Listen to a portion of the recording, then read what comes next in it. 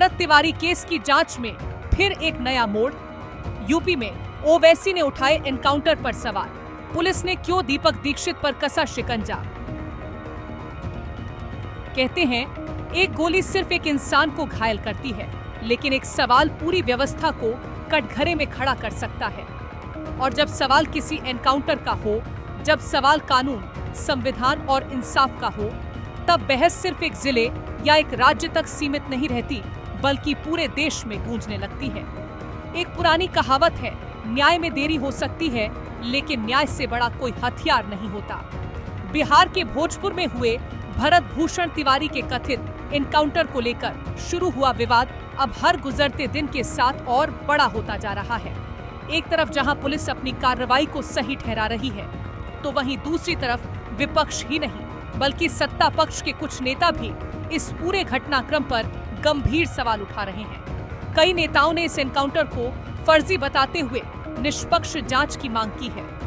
यही वजह है कि अब यह मामला बिहार की सीमाओं को पार कर पूरे देश में चर्चा का विषय बन चुका है। लेकिन कहानी में सबसे बड़ा मोड़ तब आया जब सोशल मीडिया पर बयानबाजी शुरू हुई और फिर कानून ने भी दस्तक दे दी। पूरी कहानी बताएंगे इस रिपोर्ट में। आग और अफवाह अगर वक्त रहते न रोकी जाए तो दोनों बहुत कुछ जला देती हैं। अब इस मामले में यूपी कनेक्शन निकलकर सामने आया है। असल में भोजपुर पुलिस ने उत्तर प्रदेश के रायबरेली निवासी दीपक दीक्षित उर्फ पंडित के खिलाफ साइबर थाने में FIR दर्ज करने की प्रक्रिया शुरू कर दी है।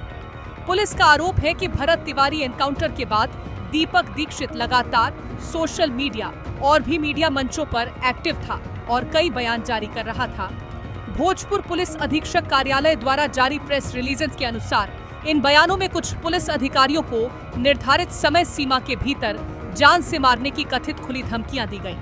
इतना ही नहीं, पुलिस का दावा है कि इन बयानों के जरिए लोगों को पुलिस प्रशासन के खिलाफ भड़काने और उनके मन में आक्रोश पैदा करने की कोशिश भी की गई। पुलिस का आरोप है कि आरोपी ने पुलिस अधिकारियों के खिलाफ हिंसा के लिए उकसाने, भय और असुरक्षा का माहौल पैदा करने और कानून व्यवस्था को प्रभावित करने की कोशिश की।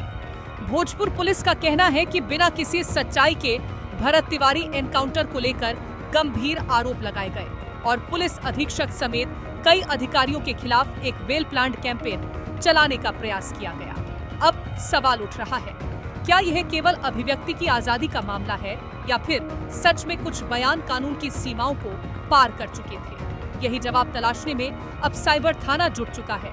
पुलिस ने बताया है कि आरोपी के कथित वीडियो, मीडिया बाइट्स और सोशल मीडिया पोस्ट का तकनीकी और कानूनी परीक्षण कराया जा रहा है। यानी अब हर वीडियो, हर पोस्ट, हर बयान और हर डिजिटल गतिविधि जांच के दायरे में होगी। पुलिस का कहना है कि अवेलेबल एविडेंस और कंप्लेंट्स के आधार पर FIR दर्ज की गई है और जांच पूरी होने के बाद आगे की कानूनी कार्रवाई की जाएगी। लेकिन कहानी का दूसरा चैप्टर यहीं से शुरू होता है। पुलिस ने एक और बड़ा दावा किया है। पुलिस के मुताबिक दीपक दीक्षित उर्फ पंडित के खिलाफ मध्य प्रदेश के विभिन्न थानों में पहले से कई गंभीर आपराधिक मामले दर्ज हैं। इनमें महिला से छेड़छाड़, दुष्कर्म, फोटो और वीडियो वायरल करने और जान से मारने की धमकी देने जैसे आरोप शामिल बताए गए हैं। हालांकि यह स्पष्ट करना जरूरी है कि इन मामलों में अंतिम फैसला संबंधित अदालतों में चल रही न्यायिक प्रक्रिया के बाद ही होगा। जब तक अदालत कोई निर्णय नहीं सुनाती, तब तक कानूनी रूप से ये केवल आरोप माने जाएंगे। लेकिन वो कहते हैं ना, अदालत की चौखट पर हर कहानी का दूसरा पहलू भी सामने आता है। और इसी बीच भरत तिवारी एनकाउंटर का विवाद एक और बड़ा राजनीतिक मोड़ ले चुका है। अब इस मामले में AIMIM प्रमुख असदुद्दीन ओवैसी की एंट्री हो चुकी है। उत्तर प्रदेश की धरती से उठी उनकी आवाज अब बिहार की राजनीति में गूंज रही है। बिजनौर जिले की नजीबाबाद विधानसभा में आयोजित एक जनसभा को संबोधित करते हुए ओवैसी ने भरत तिवारी एनकाउंटर का विरोध किया और इसे फर्जी करार देते हुए बिहार की NDA सरकार और बिहार पुलिस पर जमकर निशाना साधा। ओवैसी ने साफ शब्दों में कहा, मैं हिंदू मुस्लिम नहीं देखता हूँ, मैं हमेशा से ही एनकाउंटर नीति के खिलाफ हूँ और आगे भी रहूंगा। यह पूरी तरह से गलत है। उन्होंने कानून और संविधान का हवाला देते हुए पुलिस कार्रवाई पर कई बड़े सवाल खड़े किए। उन्होंने पूछा, अगर आरोपी ने सरेंडर की स्थिति बना ली थी तो आखिर कानून को हाथ में क्यों लिया गया? उन्होंने कहा, अगर पुलिस को ही मौके पर फैसला करना है, अगर एनकाउंटर ही न्याय का अंतिम रास्ता है, तो फिर देश की अदालतों और कोर्टों को ताला लगा देना चाहिए। मुसलमान की बात इसलिए करता हूं, दलित की बात इसलिए करता हूं कि सबसे ज्यादा जुल्म उन पर होता है। बताओ, बिहार में एक नौजवान 28 साल का बच्चा भारत भूषण तिवारी, उसका एनकाउंटर करके गोली मार दी गई। वो सरेंडर किया अपने आप को पुलिस के सामने। अखबार हिंदू की रिपोर्ट है कि पुलिस वालों ने घेरा लेकर उसको 2 गोली मारी। वो भारत भूषण तिवारी मुस्कुरा रहा था, फिर पुलिस की गाड़ी में डालकर और 3 गोलियां मारी। वो भारत भूषण तिवारी मर गया। उसके लिए मैंने आवाज उठाई, ये नहीं देखा कि मुसलमान है। मैं एनकाउंटर के खिलाफ था और रहूंगा इंशाअल्लाह ताला। मेरा मानना यह है कि एनकाउंटर गलत है। जब कोर्ट, अदालत, संविधान BNSS है, तो फिर अगर एनकाउंटर से इंसाफ हो सकता है तो फिर कोर्ट को, BNS को उठाकर फेंक दो, कोर्ट को बंद कर दो। रूल ऑफ लॉ, संविधान की बात करता है।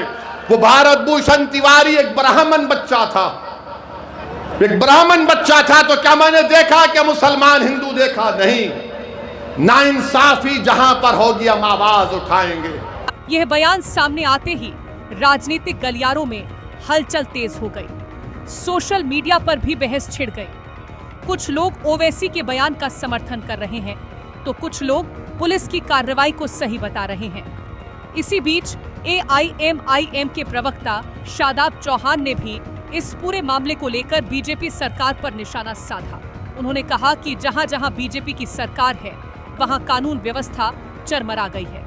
उन्होंने कहा कि किसी भी परिस्थिति में एनकाउंटर न्याय का प्रतीक नहीं हो सकता। उन्होंने यह भी कहा कि चाहे एनकाउंटर हो या हत्या, दोनों ही परिस्थितियां गंभीर सवाल खड़े करती हैं। लेकिन शादाब चौहान ने एक और महत्वपूर्ण बात कही। उन्होंने कहा, अगर कोई पुलिस पर हथियार उठा रहा है, तो यह भी इस बात का संकेत है कि समाज में कहीं न कहीं कानून का डर कम हो रहा है। उन्होंने सवाल उठाया, क्या कहीं संरक्षण प्राप्त अपराधी इस तरह का माहौल तो नहीं बना रहे? क्या कहीं किसी राजनीतिक या सामाजिक संरक्षण के कारण अपराधियों के हौसले बुलंद तो नहीं हो रहे? अगर ऐसा है तो इसकी जांच भी उतनी ही जरूरी है जितनी एनकाउंटर की जांच। इसी बीच इस मामले को लेकर एक और महत्वपूर्ण घटनाक्रम सामने आया है। बिहार के भरत भूषण तिवारी एनकाउंटर मामले में सुप्रीम कोर्ट ने दखल देने से फिलहाल इनकार कर दिया है। सुप्रीम कोर्ट ने याचिकाकर्ता को हाई कोर्ट जाने के लिए कहा है। जस्टिस MM सुंदरेश और जस्टिस शील नागू की बेंच ने याचिकाकर्ता से पूछा, आप हाई कोर्ट क्यों नहीं गए? हाई कोर्ट इस मामले की मॉनिटरिंग कर सकता है। वकील विशाल तिवारी ने सुप्रीम कोर्ट में याचिका दाखिल कर भरत भूषण तिवारी एनकाउंटर मामले में CBI जांच की मांग की थी। याचिका में सुप्रीम कोर्ट के रिटायर्ड जज की अगुवाई में स्वतंत्र विशेषज्ञ समिति गठित यानी SIT करने की भी मांग की गई। याचिका में मांग की गई है कि एनकाउंटर में शामिल पुलिस कर्मियों के खिलाफ FIR दर्ज की जाए और मामले की जांच CBI से कराई जाए। याचिकाकर्ता का आरोप है कि भरत भूषण तिवारी की मौत एक हत्या का मामला है और इसकी निष्पक्ष जांच जरूरी है।